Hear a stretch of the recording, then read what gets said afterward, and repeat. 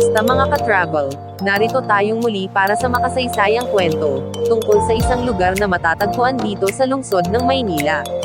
Pero bago ang lahat, inaanyayahan ko kayo na mag-subscribe, mag-like, comment sa aking channel, at pindutin na din ang notification bell, para updated kayo sa mga bagong episode na aking ilalabas. Tara mga ka-travel, samahan nyo ako, sa paglilibot, sa isa sa mga magandang lugar ng Maynila, ang Paco Park.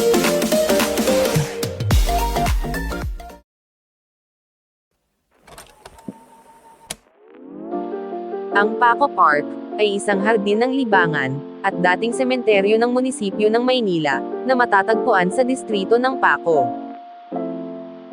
Ito'y itinayo ng mga Dominikano noong panahon ng pananakop ng mga Espanyol. Orihinal na pinangalanan ito bilang Sementeryo General de Dilao. Dito din ginaganap ang mga pribadong pagtitipon at mga programang pangkultura sa panahon natin ngayon. Ngunit ano nga ba ang tunay na pinagmulan ng lugar na ito? Tara mga ka-travel ating alamin. Noong 1807, inilabas ang isang kautusan para sa pagtatayo ng isang sementeryo sa Bagong Bayan o Luneta ngayon, dahil sa pagsiklab ng isang epidemya ng kolera sa Maynila, at si Maestro de Obras, o Master of Works, Don Nicolas Ruiz, ang naatasan na bumuo ng plano para sa pagtatayo ng sementeryo, at si Don Jose Col naman, ang naging tagapangasiwa sa pagtatayo nito. Idinisenyo ito bilang isang munisipal na sementeryo, para sa mga mayayamang Espanyol, na naninirahan sa Lumang Maynila, o sa loob ng mga pader ng Intramuros.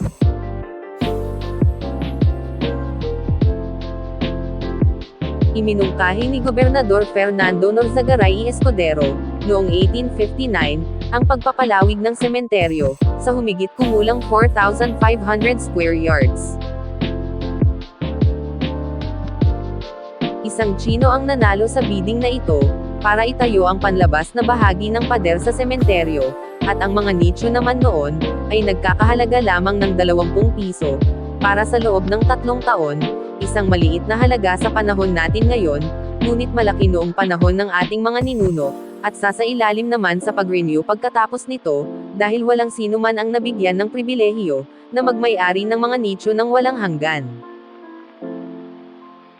Dito din inilibing ang ating pambansang bayani ng Pilipinas, na si Dr. Jose Rizal, matapos siyang bitayan sa Bagong Bayan o Luneta, noong ika-30 ng Disyembre taong 1876, hanggang ika-29 ng Disyembre taong 1912, na may initials na RTJ, sa marmol na lapida, ang pangalan ni Rizal sa kabaligtaran.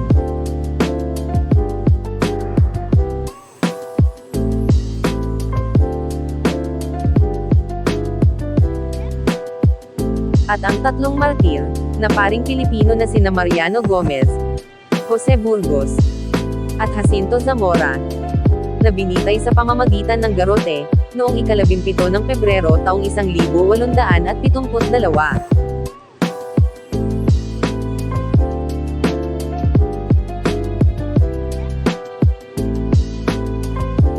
Ito ay ginamit mahigit 70 taon, hanggang sa ipinatigil ang paglilibing noong 1912. Sa ngayon ay mayroon 65 katao pa rin ang nananatiling nakalibing dito.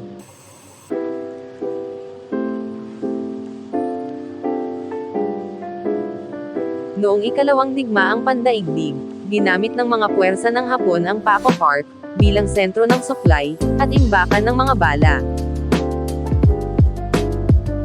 Ang matataas at makapal na pader ng adobe sa paligid ng parke ay mainam para sa mga depensibo na posisyon ng mga Hapon.